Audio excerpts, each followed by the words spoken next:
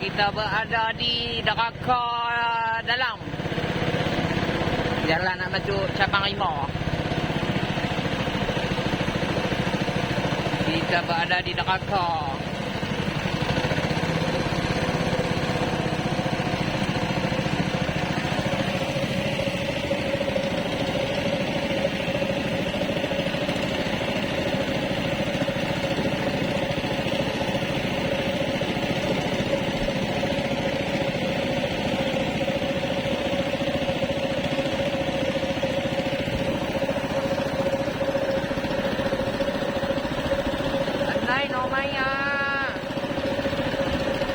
Kita mencari spot untuk masak.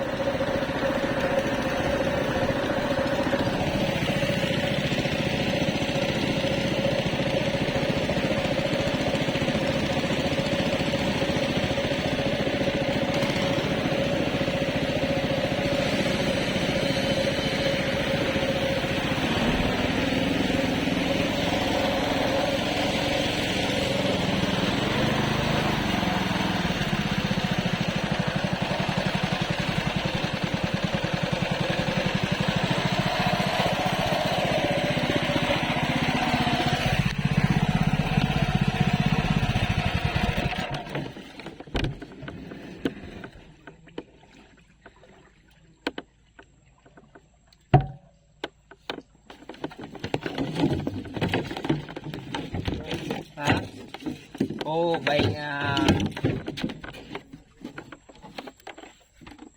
Lah kita duduk kat mana awak ni? Neraka dalam. Terkeluar.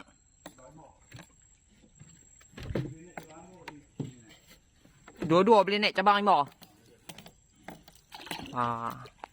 Dengar, dua-dua boleh naik cabang 5. Cabang 5 ni dia boleh naik pecah banyak-banyak tempat lah.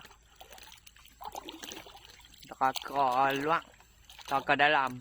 Cabang 5 dia boleh keluar tu aku tak? Dia tak boleh keluar.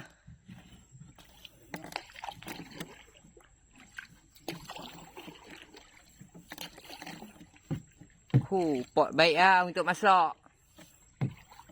Untuk kita masak, di sinilah tempat untuk kita masak. Suasana hutan paya bakar. Nak apa lagi, Mak? Keliak. Terbaik lah tu. Lahau.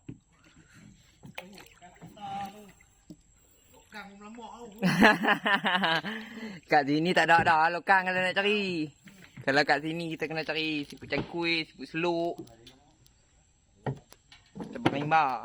Tak ni kapu hitam banyak. Lepas. Kapu hitam. Terlepas.